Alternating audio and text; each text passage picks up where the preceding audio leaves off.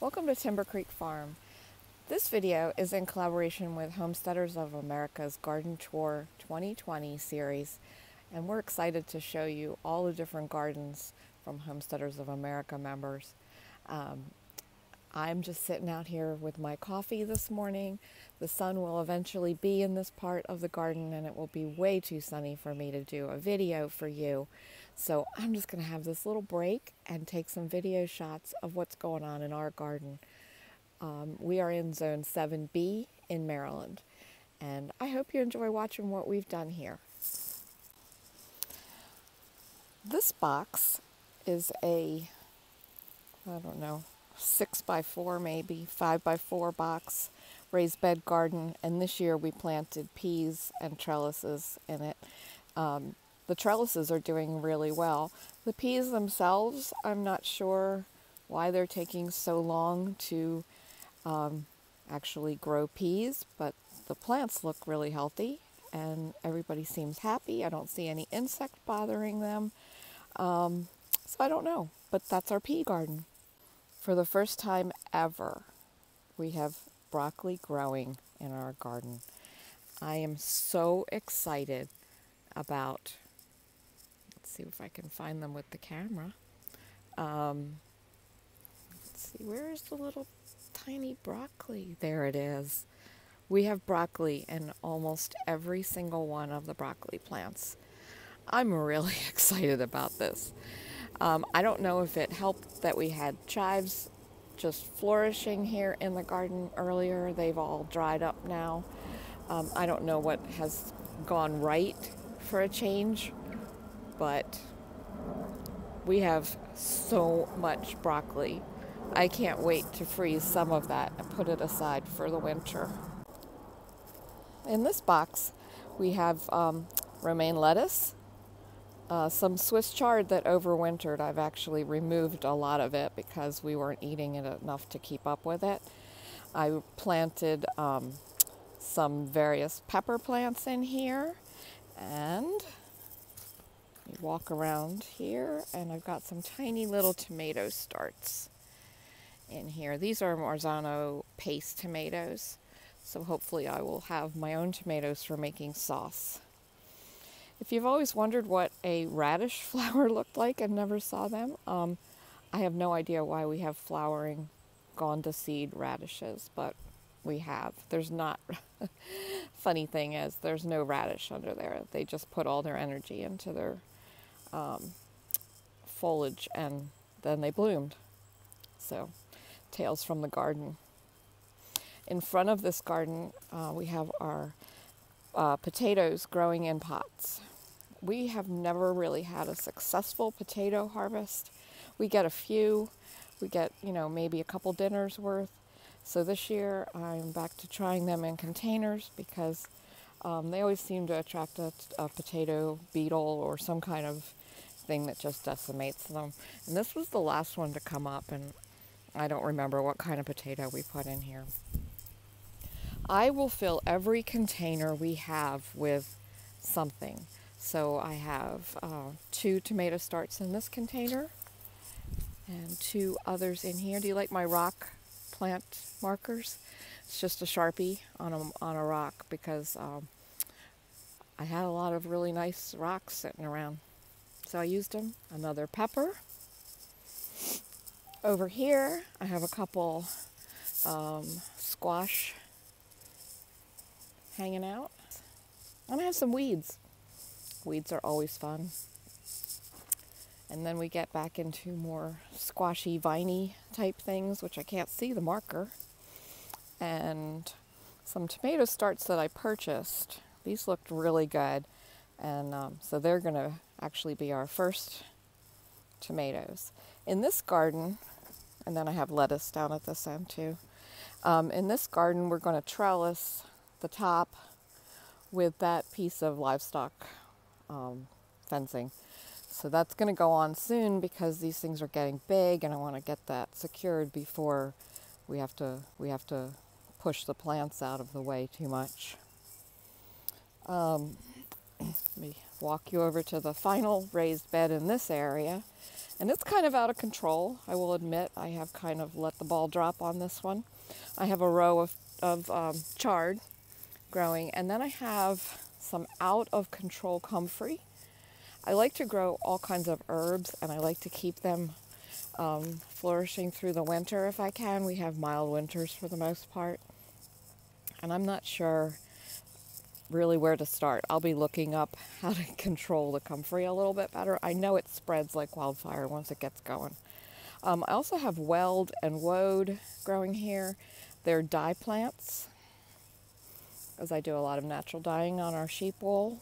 I have a huge lemon balm, which I love, and I have some indigo. Indigo is really fun to grow, and as you can see, it also spreads. So I need to get in this garden and control things, kind of. And I see a lovely dandelion in there too. I don't know about you, but I grow dandelions. Like, I actually will save them because, one, my rabbits love the greens.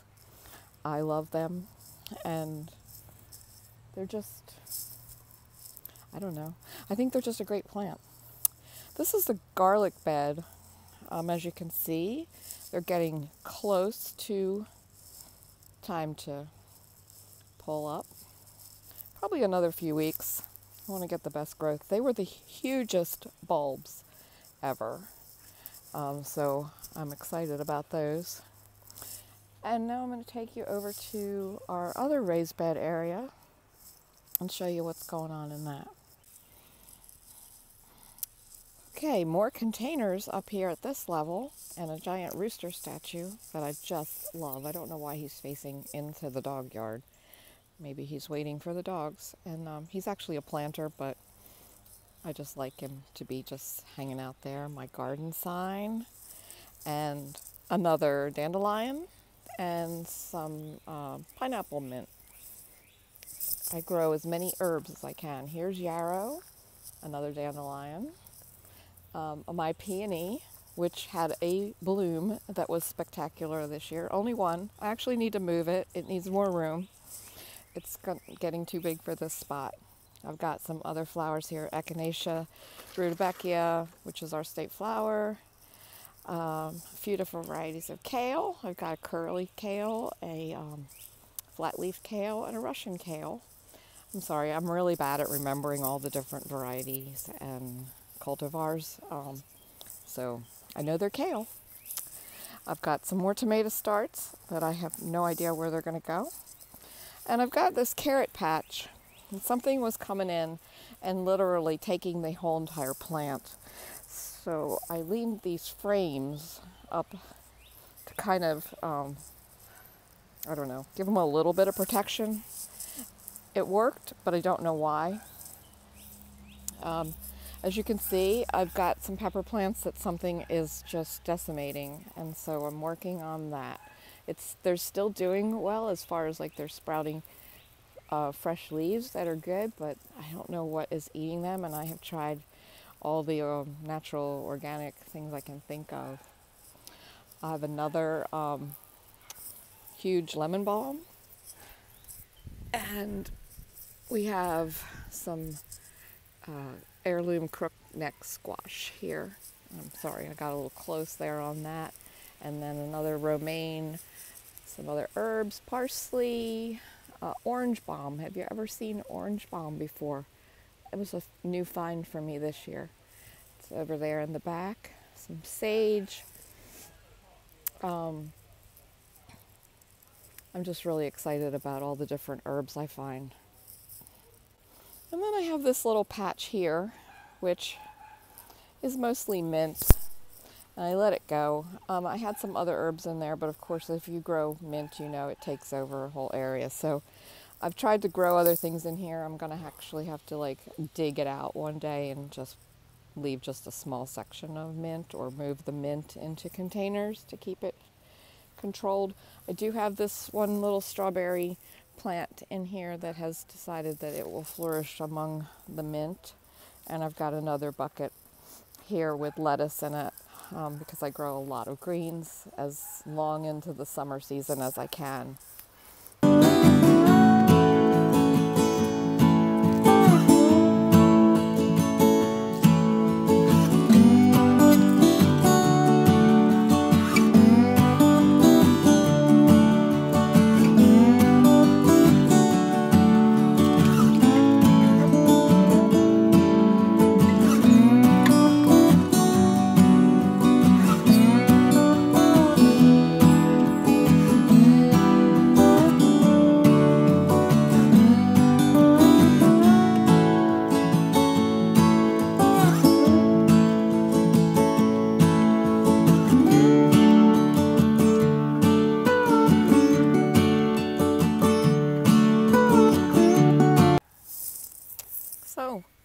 that's our garden tour. I hope you enjoyed it. There's a little video segment also of our herb garden, which is up on our deck outside our back door. And I love to grow herbs in every container possible. So I hope you have enjoyed seeing what's going on here. If you've watched other garden videos from Timber Creek Farm, you might already know that we don't farm at the barnyard area. We have a heavily wooded property, and we don't have enough sunlight down there to sustain both the pastures and gardens. So we use the open ground for the grazing animals. Anyway, so I'm going to finish my coffee and get back to my chores today. It's a beautiful Sunday in Zone 7B in Maryland. Thanks for joining us for the Homesteaders of America collaboration for Garden Tour 2020.